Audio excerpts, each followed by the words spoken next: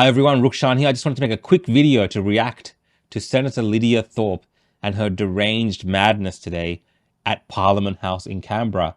I'm just going to quickly play this video. The kingdom is the polar opposite. They know what biological sex is, and they celebrate women like myself.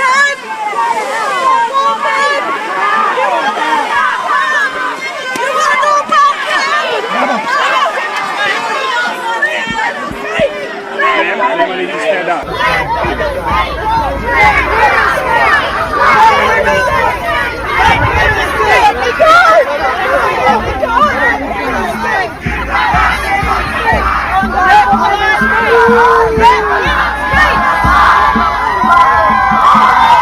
Now, if you're wondering what was going on in that video, that's Senator Lidia Thorpe disrupting and trying to silence women speaking at a women's rights rally in Canberra today. Complete madness, utter derangement, and behavior that is totally unbecoming of what we should expect from our politicians, particularly those in the Senate, right? And as a Victorian, she's representing Victorians, and this is the type of deranged behavior that we're getting from her. This is not the first time. This is kind of on brand for Senator Lidia Thorpe. But, you know, here she is again, and this time she's disrupting a women's rights rally. She is intimidating these women. I mean, that's what she's doing, right? By walking up there saying, you're not welcome.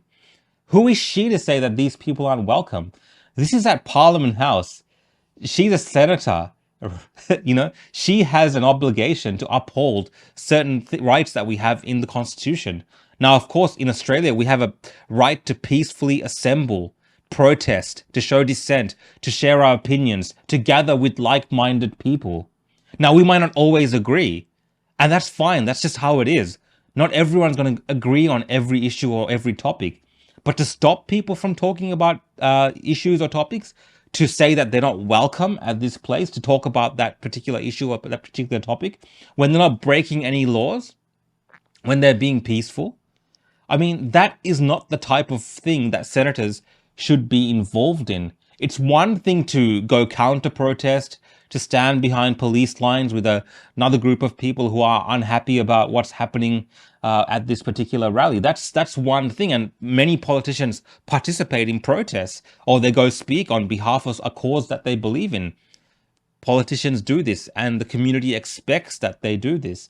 But to actually go and stop or disrupt while you are a member of parliament, other people in your country, other citizens, right, from gathering and discussing a topic, to barge in there holding the Aboriginal flag like this is, you know, my land, you're not welcome here, and all this kind of stuff. It's complete nonsense. And that is the type of Australia that we should be rejecting. And Lidia Thorpe's version of how the world around her should work is whatever Lidia says goes. And it could be for any topic. But if at the moment that she disagrees with you, she has every right to barge into your space and tell you you're not welcome, right? And how will those type of ideas meld into other things that we're discussing right now in our community, like the voice or like sovereignty or all these type of topics that Lidia Thorpe is involved in discussing? This is her attitude.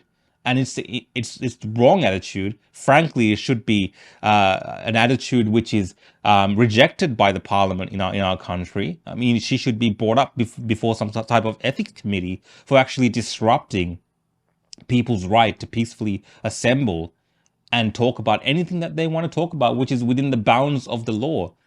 Right? She's not the police. There's people there policing the event. There's federal police there watching over what's happening.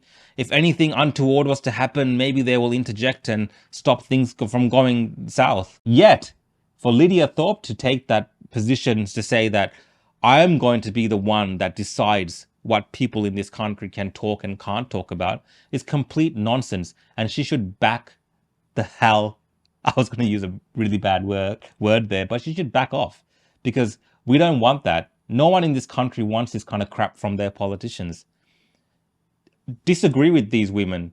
Go into parliament, say whatever you want to say, go with the counter-protesters, yell whatever you want to yell, but to barge into spaces, to demand people don't talk about things and leave this place and leave that place, get out of here. Like, it's just complete nonsense. And the way that she was acting there, you know, falling down on the ground and doing all this crazy stuff, complete embarrassment to our state of Victoria, and of course to our country, because this stuff is being shown all over the world. This is the type of politicians that we are now having in Australia. We're used to politicians talking crap in Parliament and doing all sorts of stunts and doing all sorts of, you know, nonsense. That's their space. Of course, they act like children, and we can judge them for it. But don't come into the public square and tell people and tell these women what they can and cannot say and can and cannot be worried about. That's essentially what's happening. In Victoria, we had neo-Nazis attempt to hijack these type of events. We had Antifa, we had trans rights activists counter-protesting.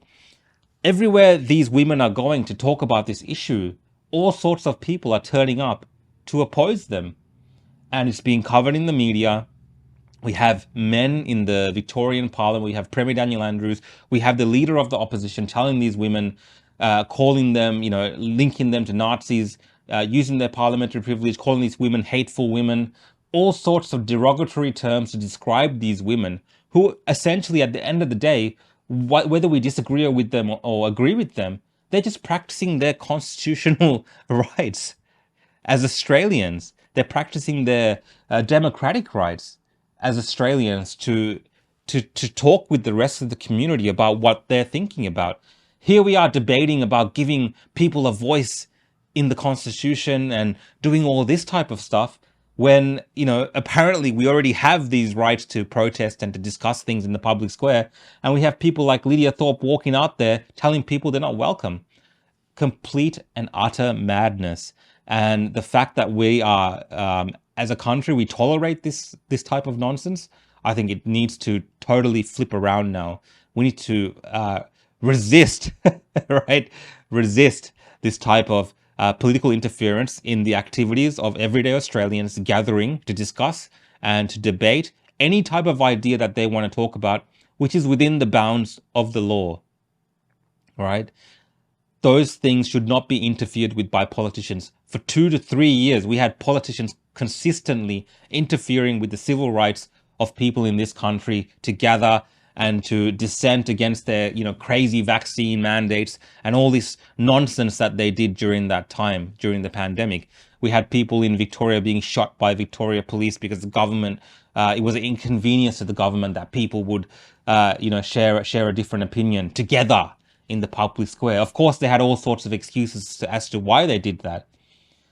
But yeah, we need to reject this kind of stuff. And Lidia Thorpe, you are a complete embarrassment, a basket case, and quite frankly, a fool. Maybe you have some great ideas. Maybe you have a great vision. Maybe you have all these kind of things that you could share with the rest of us that we will take you seriously on.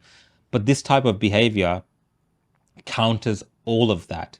And I think a lot of people, a lot of moderate people, a lot of people in the center would be looking at these type of acts by people like Lidia Thorpe and thinking completely deranged madness and un-Australian.